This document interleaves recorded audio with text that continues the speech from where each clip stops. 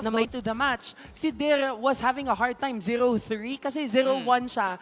2 minutes in. Ganon yung rotation na ginawa ng TNC Pro Team.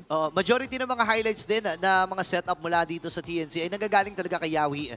And fina-follow upan lang dito ni Lord JM. Sobrang on point din ang mga talon eh, no? Ang ganda ng ano dito, ng synergy ni Yawi tsaka ni Lord JM. Kasi kung hindi mauuna si Yawi, si Lord JM, pero ayan o, di ba? Pagka Sipa may AOG, but nonetheless, after kasi ng Sipa, may nakareding Unbreakable. Unbreakable yung meron taunt. Yung tumataunt. Parang taunt konti. So, ang ganda kasi very mindful sila kung ano yung nagiging set from their post 5.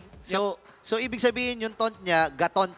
Wow! Okay. Sige, going back. Oo. Kaya nga kung babalikan natin, yung naging performance sa TNC, ito nga yun, yung mga crucial na sipa ni Yawi. Kasi meron silang 8K, 9K gold lead 10 minutes into the match-up. So, ibig sabihin, mas madami silang items and kahit sinong frontliner, kaya nilang pabagsakin. And really, really huge props to Kuzen.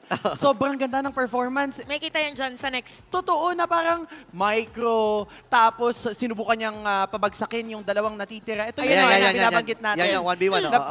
2v1 nga yan eh. Ayan pa.